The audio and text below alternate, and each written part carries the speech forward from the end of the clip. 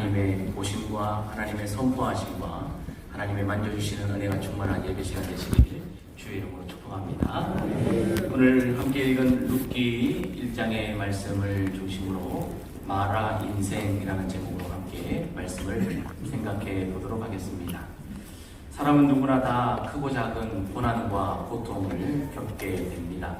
그것이 객관적으로 크냐 작으냐는 문제되지 않습니다. 주관적으로 자기가 느낄 때에 그 문제가 내게 얼마나 크냐 작으냐에 따라 우리는 그 고통의 경중을 느끼며 살고 있습니다. 여러분, 지금까지 살아오시면서 수많은 고난과 고통의 터널과 시간들을 지나오셨을 텐데, 오늘 성경 말씀 속에 등장하는 인물도 그러한 고난의 터널 속에 있는 여인을 우리가 만나게 됩니다. 오늘 이 본문의 내용을 이렇게 묵상하던 중에 주중에 이런 뉴스를 보게 되었습니다.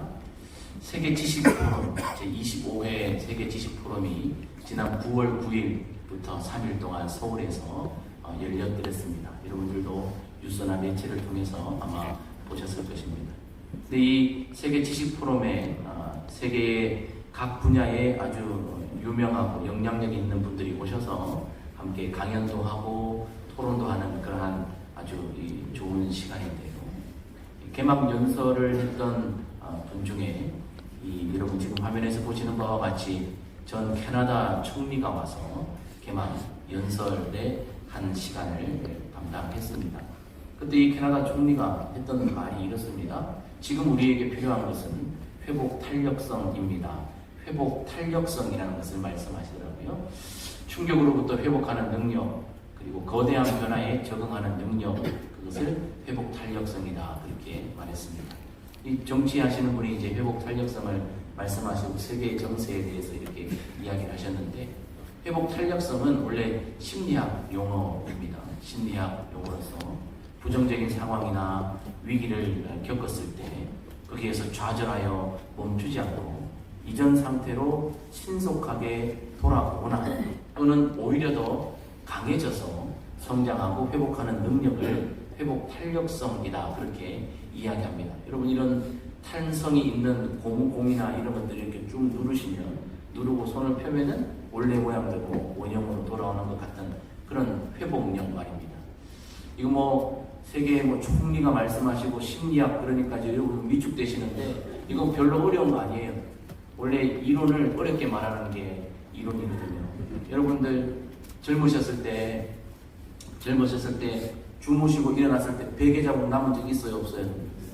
있으셨죠? 젊었을 때는 어때요? 일어나가지고 세수 한번 하고 이렇게 하면은 싹 돌아오죠? 오늘 아침은 어떠셨어요? 심각했죠? 오늘 아침에 여러분 심각했습니다. 예. 요즘 여러분들 이게 피부에 아무리 이렇게 해도 베개 자국 한번 남으시면 우리 언니분들은 참 곤란할 때가 많을 거예요. 특히 약속 시간 임박했는데 여전히 이게 자국이 남아있으면 이거 왠지 아무리 발라도 이게 안 돼요. 이게 회복 탄력성이에요. 이렇게 쉬운 거를 어려운 분들이 많으니까 어렵게 느껴지는데, 우리 모두에게는 회복 탄력성을 하나님이 주셨습니다. 육체적으로 하나님이 회복 탄력성을 주셨어요. 의사 선생님들 말씀하십니다. 뼈가 한번 골절된 그 부분은 붓고 나면 이전보다 더 단단해진다, 그렇게 말씀하십니다. 우리의 육체도 하나님이 회복 탄력성을 주셔서 무엇인가 자극을 받거나 눌렸을 때 다시 원형으로 돌아오는 능력을 가지고 있듯이, 하나님께서 우리 인생들에게 마음에도 영에도 회복 탄력성을 주셨습니다. 이 회복 탄력성이라고 하는 이 주제는 아주 예전부터 우리에게 주어졌는데, 이 마음의 회복 탄력성이 매우 중요하다, 그런 생각을 가지고 있습니다. 예전에도 물론 한맺힌 분들, 우울하신 분들, 절망 속에 있는 분들 많으셨지만, 이제 오늘날 시대를 보면 정말 이 정신적 질환이나 이 심리적 질환, 이런 여러 가지 환경에 눌려서 이 회복 탄력성을 잃은 분들이 상당히 많은 것을 우리가 보게 됩니다. 이 회복 탄력성은요, 4가지의 핵심 요소들로 이 회복의 기능을 얼마나 빨리 회복할 수 있느냐라고 하는 것을 측량할 수 있다고 합니다. 회복 탄력성의 중요한 요소 중에 하나가 자기 조절 능력입니다. 어떤 위기나 고난을 당했을 때 너무 급하게 좌절하거나 절망하거나 반응하는 것이 아니라 한 호흡 쉬고 자기를 통제하고 자기의 마음을 절제하면서 그것을 객관적으로 바라볼 수 있는 능력. 그 자기 조절 능력이 있으면 회복 탄력성이 높아진다는 거죠. 두 번째로 긍정성입니다. 내가 이 고난을 통해서 무엇인가는 배우는 것이 있을 거야. 나 이 고난을 지나고 나면 나 한층 더 성숙해질 수 있을 거야 라고 고난을 대하는 그 반응이 긍정적으로 대하는 것. 그래서 여러분, 우리도 주변에 보면 저나 여러분들이나 매사에 부정적이고 긍정적이고 날카롭고 너무 쉽게 절망하고 포기하는 성향의 분들도 많이 계시는데, 이 삶의 긍정성을 가지게 될 때 회복 탄력성이 높아진다고 하는 거죠. 세 번째는 자기 효능감입니다. 나도 할 수 있을 것 같아. 나 지난번에도 이거 비슷한 거 겪었는데 그때도 이러하게 해서 내가 한번 이겨냈었지. 이번에도 한번 해보자 라고 하는 자기 효능감. 이 자기 효능감이 있고 없고에 따라서 회복 탄력성이 높거나 낮거나 한다는 거죠. 그리고 마지막 네 번째가 지지입니다. 지지. 곁에 있는 사람이나 환경의 지지. 이 지지가 있으면은 회복 탄력성이 훨씬 높아진다는 거죠. 여러분, 육체를 잇대어서 한번 살펴봅시다. 여러분, 육체가 피곤하거나 상하거나 다쳤을 때, 여러분 혼자 일어날 수 없을 때 누군가가 한 번만 옆에서 부축해주면, 한 번만 손을 내어서 나를 일으켜주면 우리가 일어날 수에 훨씬 수월하고 빨리 일어날 수 있게 되는 것입니다. 마음도 마찬가지입니다. 마음도 나 혼자서 그 어두운 터널을 지난다라고 생각하면 참 어렵고 힘겹지요. 포기하고 싶지요. 아무런 희망이 보이지 않지요. 그 어떤 희미한 불빛도 보이지 않죠. 그런데 누군가가 곁에서 지지해주는 말, 격려해주는 말을 할 때 우리의 눈이 열리고 마음이 열리고 힘이 생겨나게 되는 거죠. 그래서 이 사회적 지지, 사람의 지지가 사람의 회복 탄력성을 높여주는 중요한 요소 중에 하나인 것입니다. 저는 오늘 이 본문 말씀을 이제 묵상하면서 이 캐나다 총리가 너무 고마운 거죠. 캐나다 총리가 영어로 연설하셨는데 들렸어요? 원래 알고 있는 게 들리는 거예요. 모르면 아무리 얘기해도 안 돼요. 회복 탄력성,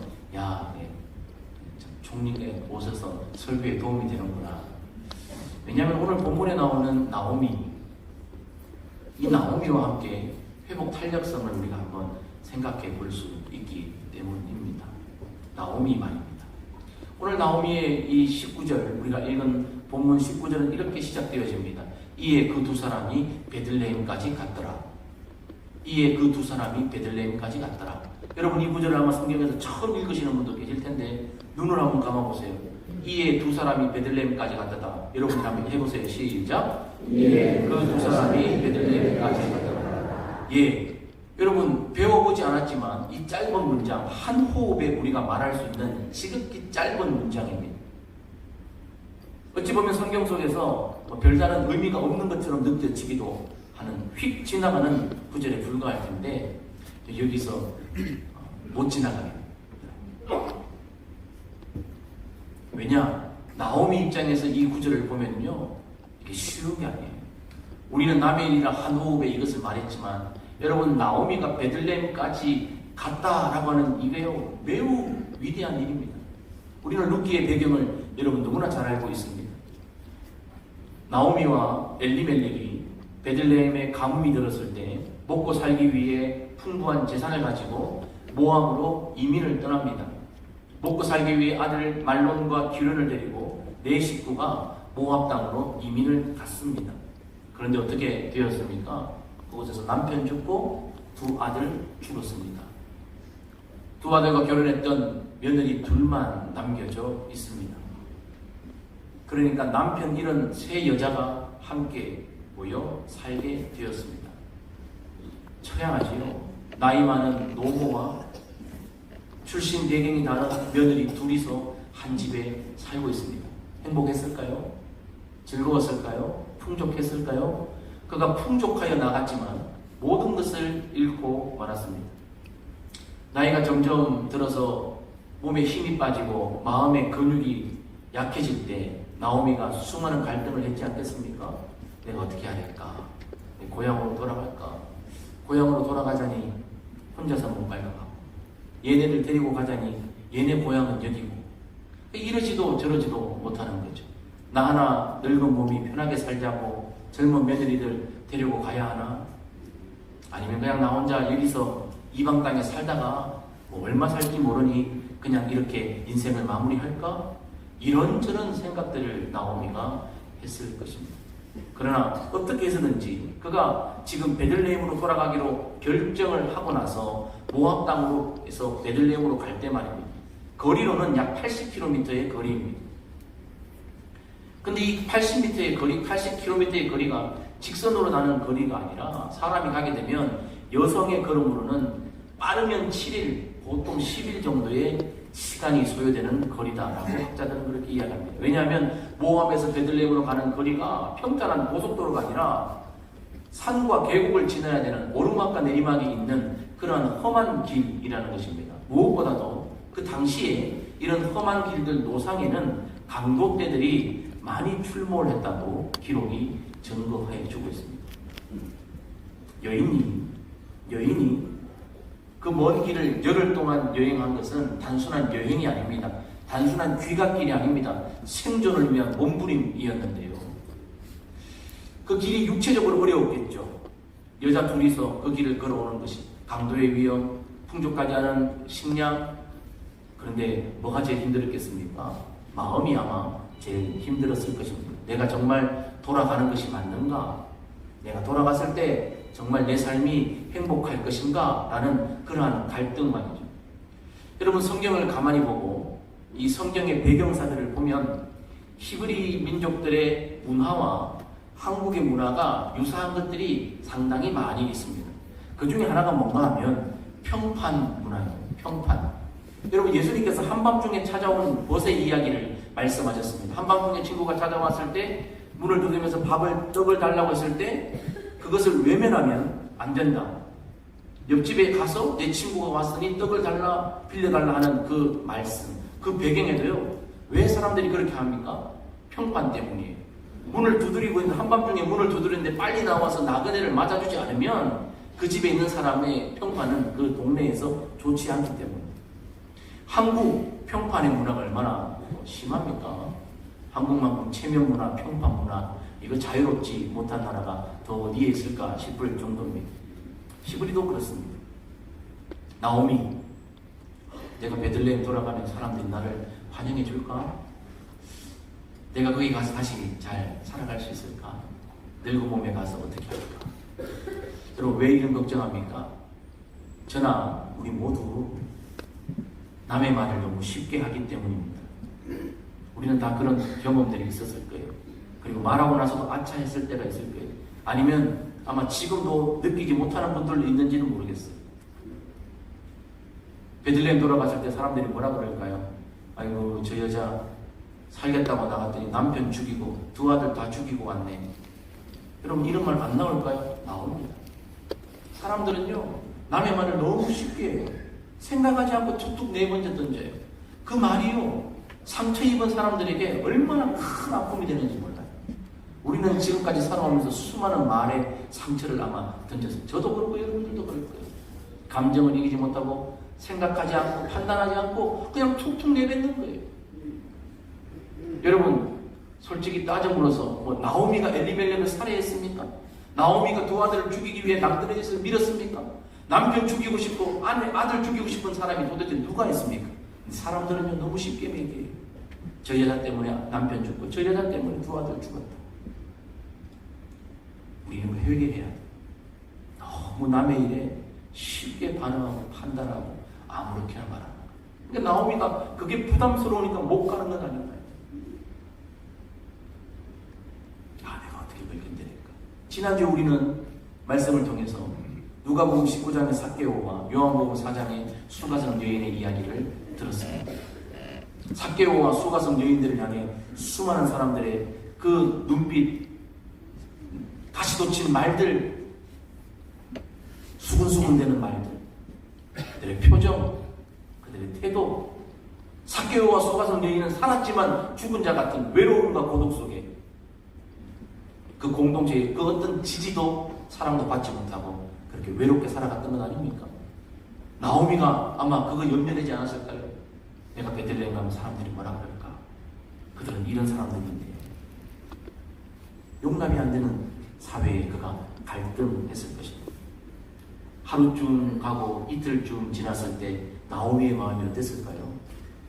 여러분 성경을 읽을 때 터무니없는 상상은 안 되지만 자간과 행간 사이에서 영적인 통찰력과 상상력을 가지고 말씀을 읽으면 훨씬 더 입체적으로 우리가 말씀을 풍속하게 볼 수 있는데 저는 나오미가 한 하루 이틀 갔을 때 또 마음이 바뀌었을 것 같아요.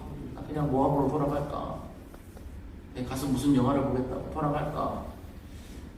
가자고 왔는데 가자. 여러분 이런저런 마음 왜 없었겠어요? 여러분 아브라함과 이삭의 이야기 아시죠?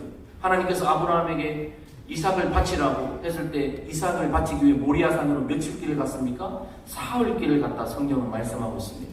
그래서 많은 설교자들이 말하죠. 사흘 길을 가는 동안 아브라함의 마음이 어땠을까? 그렇게 영적 상상력을 가지고 우리가 추적해 갑니다. 아브라함도 마음이 많이 바뀌었겠죠. 야, 내가 이거 진짜 이게 확실한 주님의 음성인가? 내가 아들을 죽이게 되고 바치는 것이 옳은 일인가? 다시 돌아갈까? 내가 노망 들었나? 내가 잘못 판단했나?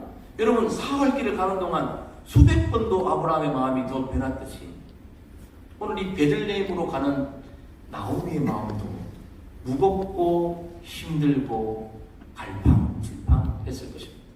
그런데 놀랍게도 베들레헴까지 갔습니다. 박수받을 생존의 완주입니다. 여기서 질문이 던져집니다. 그렇게 평판 문화에 노출되어 있는 나오미가 어떻게 베들레헴까지 완주해서 가게 되었을까? 그 이유가 뭘까? 힘이 어디에 있었을까? 구절 속에 있습니다. 두 사람이 혼자여서는 나오미가 그 길을 갔을까 싶은 거죠. 여러분 생각은 어떠세요? 제 생각은 못 갔을 것 같아요. 그런 눈총을 이겨낼 만한 용기가 없었을 것 같아요. 그 험한 산길을 건너 10일 동안 혼자서 뚜벅뚜벅 걸어갈 용기가 나오미에게는 없었을 것 같아요. 그런데 천만다행인 것은 나오미에게 하나님이 한 사람을 붙여주셨어요. 그래서 두 사람이 되었을 때 나오미는 그 길을, 그 육체적 심리적 갈등의 길을 뚫고 마지막까지 가게 되었다. 그 두 사람, 바로 하나님이 붙여준, 나오미에게 붙여준 한 사람 때문에 그 일이 가능했습니다. 지금 나오미의 마음은요, 완전 바닥, 아니 바닥 저 아래입니다. 그가 이렇게 말합니다.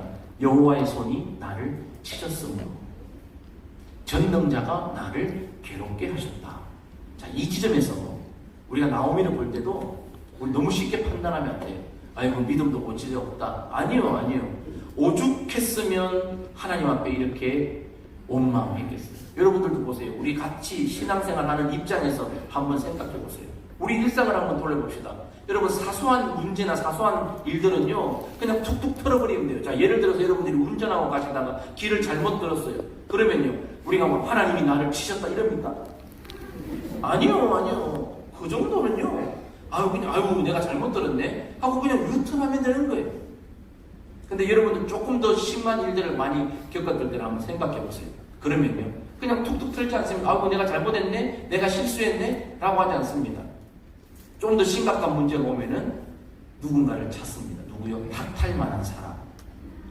마누라 때문에, 남편 때문에, 아빠 때문에, 아들 때문에, 환경 때문에, 사회 때문에 그 탓을 찾아요. 근데 여러분 정말 인간이 견디기 어려운 일들을 만났을 때 사람들은 신을 원망합니다. 지금 나오미가 하나님이 나를 치셨다, 전능자가 나를 괴롭겠다는 이 말은 나오미가 믿음이 전혀 없는 사람이라는 것을 말하는 것이 아니라 그의 고통이 너무 어려웠다. 그 심리학적으로 복합적 상실 반응이다 이렇게 말할 수 있어요. 너무 고통이 겹겹이 많이 오니까 여러분 생각해 보세요.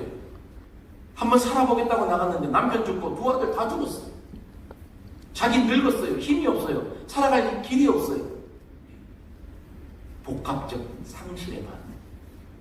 그러니까 자기가 견딜 수 없어서 살고 싶어 절규하는 것이 신에 대한 원망이 되는 거죠.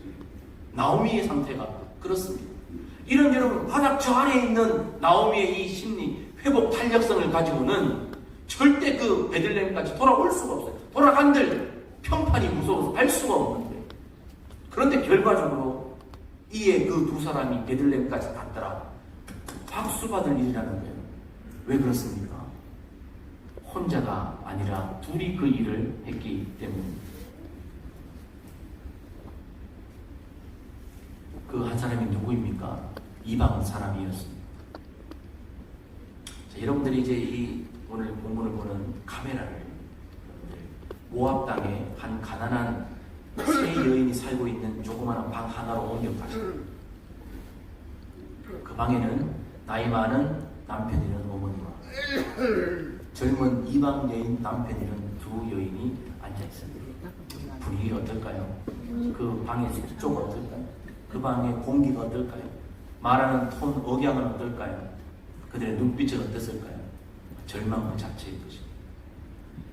힘겹게 말을 꺼냅니다. 얘들아, 내가 나이 들었는데 내 인생이 니네들 보듯이 참 쉽지 않은데 죽는 것은 고향 가서 죽고 싶다. 그런데 내가 염치가 없구나. 너희들 나 고향으로 돌아갈 텐데 너희는 너희의 신과 너희 부모님과 너희 백성이 있는 여기에 남겠다고 하면 나는 그냥 너희를 남겨두겠다 라고 두 며느리에게 말합니다. 그때 기련의 아내 오르마는 모압에 남기로 결정했습니다. 그래, 딸아, 너 여기서 남아서 행복하게 더 좋은 사람 만나가지고 남은 삶을 살아라. 가거라. 한 여인이 남았습니다. 말론의 아래 룻입니다. 이제 룻입니다. 어머니, 저 어머니 따라갈래요? 라고 하는. 나오미가 한 번 더 거절합니다. 딸아, 괜찮아. 너도 네 동서처럼 네 신, 네 백성, 네 부모 있는 이 땅에 남아도 돼. 아니요, 어머니. 저는 이 땅, 이 백성, 이 신들에게로 돌아가지 않겠습니다. 어머니의 백성이 나의 백성이 될 것이고 어머니의 하나님이 나의 하나님이 될 것입니다. 여러분 이게 보세요. 자, 이 장면이 여러분 영화나 드라마에 나온다고 생각해 보세요. 무슨 마음 뭉클하지 않습니까?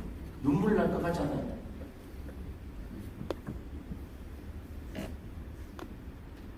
지금 복합적 상실로 회복 탄력성이 전혀 없는 나오미에게 이방 며느리의 입에서 하나님이라는 단어가 나왔을 때 나오미가 어떻게 됐을까요? 정신이 번쩍 들지 않았을까요? 하나님이 나오미를 이렇게 세워주시기 위해 이방 사람의 입을 통해 하나님이라는 단어가 나오게 하셨을 때 정신이 번쩍 드는 거예요. 여러분 우리도 한번 신앙생활 할 때 한번 생각해 보세요. 하나님 믿고 살고 있다가 어느 날 식당에 갔어요. 식당에 갔는데 어떤 무리가 왔는데 밥을 먹을 때 고기를 죽이네. 아, 나도 예전에 식사기도 했던 하나님의 사람이지 라고 정신이 번쩍 들 때가 혹시 여러분 있지 않았나요? 어딘가 여러분 막 커피 가고 있는데 저기서 집사님 권사님, 아, 나 집사지. 여러분 그런 거 경험해본 적 있지 않아요? 신앙생활 할 때 일주일 내내 나는 너무 엉망진창으로 살았는데 셀 모임 갔더니 기관 모임 갔더니 어떤 집사님이 성경 읽고 큐티했던 말씀 은혜롭게 나눌 때 나도 한때는 말씀에 젖어 있었는데 여러분 그렇게 떠오를 때가 있지 않습니까? 그 지점이 어떤 지점입니까? 하나님이 우리를 회복 탄력을 시켜주려고 우리에게 다시 전환을 시켜주는 그 하나님의 찾아오심의 시간인 거예요. 그게 우연이 아닌 거예요. 그때 우리가 반응하면 우리가 일어날 수 있는 거예요. 여러분 지금 혼자 일어날 수 없어서 갈팡질팡하고 마음이 무겁고 힘겨운 이 나오미에게 룻의 이 말 얼마나 큰 지지가 되겠습니까?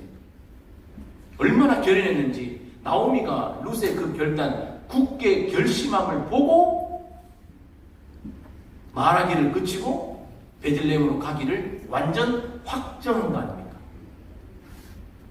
혼자라면 못 갔을 텐데 아마 둘 다 떠난다고 했으면 나오미는요 모압에 주저앉았든지 아니면 베들레헴으로 오는 길에 죽었을 수도 있습니다. 그런데 이 룻이 옆에 있으므로 나오미가 베들레헴까지 오게 되었습니다. 성경은 이 룻의 결심을 이렇게 표현합니다. 붙쫓았더라. 붙쫓았더라. 아주 특이한 표현인데요. 붙쫓았더라. 그래서 붙어 쫓았다. 이런 바짝 붙어. 예를 들면 이런 거죠. 여러분, 베드로가 예수님을 부인할 때 성경은 베드로가 예수님을 멀찍이 따라갔더라 라는 표현을 씁니다. 멀찍이. 다른 변수에 반응할 수 있는 여지를 둔 것을 멀찍이라고 표현한다면 붙쫓았더라는 이 말은요, 딱 달라붙어가지고 다른 생각할 겨를도 없고 다른 말, 다른 거 볼 것도 없이 딱 달라붙어서 따라오는 그거. 여러분, 수없이 마음이 갈팡질팡하고 힘이 없는 나오미, 주저앉고 싶은 나오미, 포기하고 싶은 나오미에게 붙쫓았던 룻의 지지가 있었기에 나오미의 회복 탄력성이 회복되어졌다는 거죠. 결과가 어떻게 됩니까?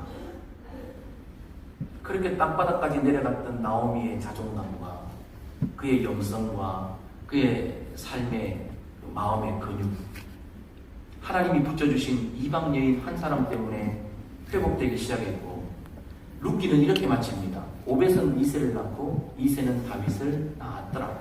다윗, 이스라엘의 위대한 인물 다윗의 이름이 룻기에 등장하면서 룻기는 맞춰지게 됩니다. 다윗 위는 이새요, 이새 위는 오벳이요, 오벳 위는 룻이요, 룻의 위는 나오미입니다. 룻은 다윗의 고조 할머니가 되었고, 나오미는 다윗의 증조 할머니가 되었습니다.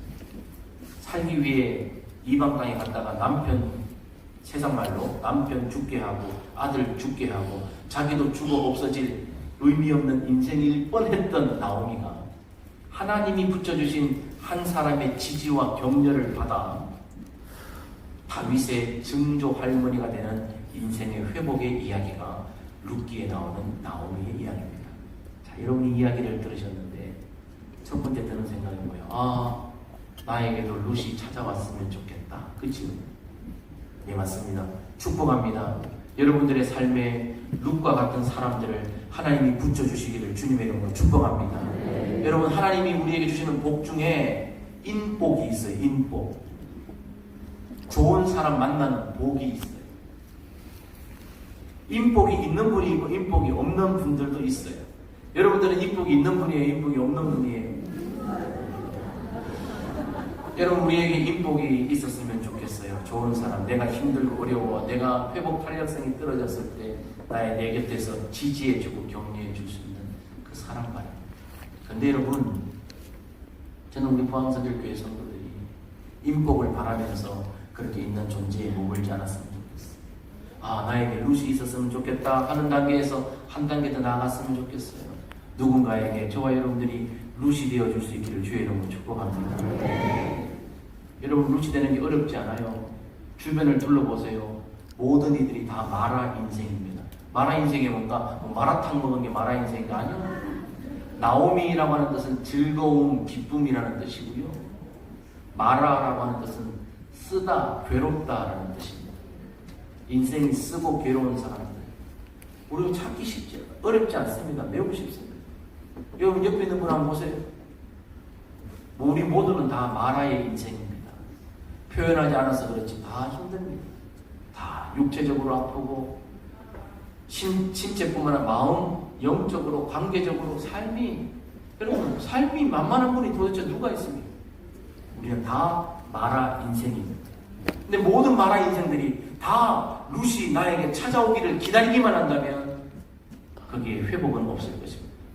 그래서 먼저 믿은 우리가, 은혜를 받은 우리가, 하나님을 아는 우리가, 하나님의 사랑을 더 깊이 받은 우리가 그 누군가에게 룻과 같이 보냄을 받게 되어야 하는 것입니다. 주께서 사랑하시는 성도 여러분, 혹시 지금 여러분들 마라의 인생 속에 아무도 없습니까? 룻이 왔으면 좋겠다 기다리고 기다렸는데 아직도 안 옵니까? 괜찮습니다. 하나님이 아직 여러분들을 포기하지 않았음을 기억하시길 주의 이름으로 축복합니다. 하나님이 보시면 됩니다.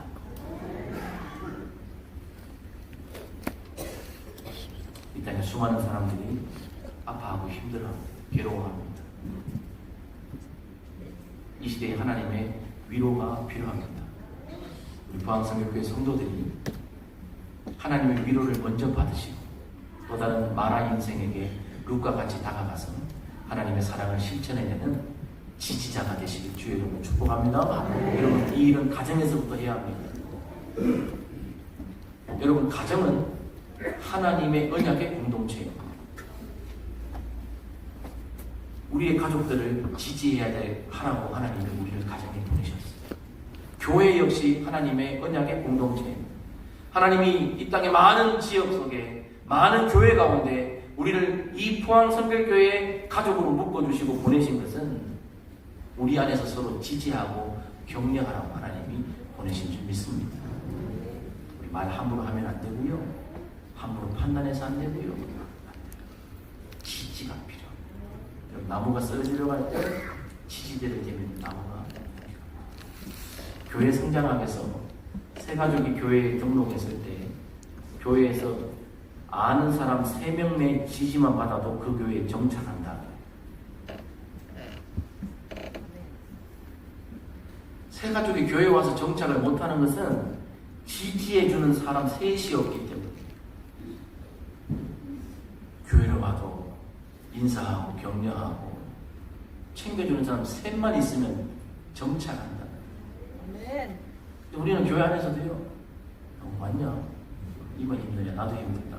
너 누구야? 왜 저래? 표정이 왜 저래? 울상이야? 삶이 왜 저래? 그냥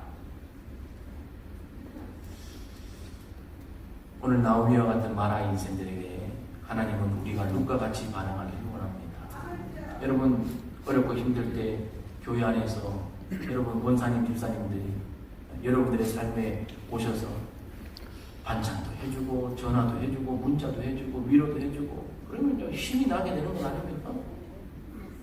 보이지 않는 하나님은 언제나 보이는 사람들을 통해 일하십니다. 하나님의 사람들이 보이지 않는 하나님의 마음을 알아 일하지 않으면 수많은 사람들이 쓰러진 채 그대로 넘어져 인생을 마치게 될 것입니다. 주께서 사랑하시는 성도 여러분, 하나님은 쓰러진 사람을 다시 세우시는 분이신 줄 믿습니다. 그런데 그 일을 사람을 통해 하시는데 나오미 곁에 룻을 보내주셨고 회복의 힘을 주셨습니다. 오늘 먼저는 저와 여러분들이 하나님의 이 회복의 은혜를 입으시고 또 다른 사람들에게 회복을 전해주는 복의 통로로 쓰임 받으시는 저와 여러분 되기를 주의 이름으로 축복합니다. 기도합니다. 하나님 아버지 감사합니다.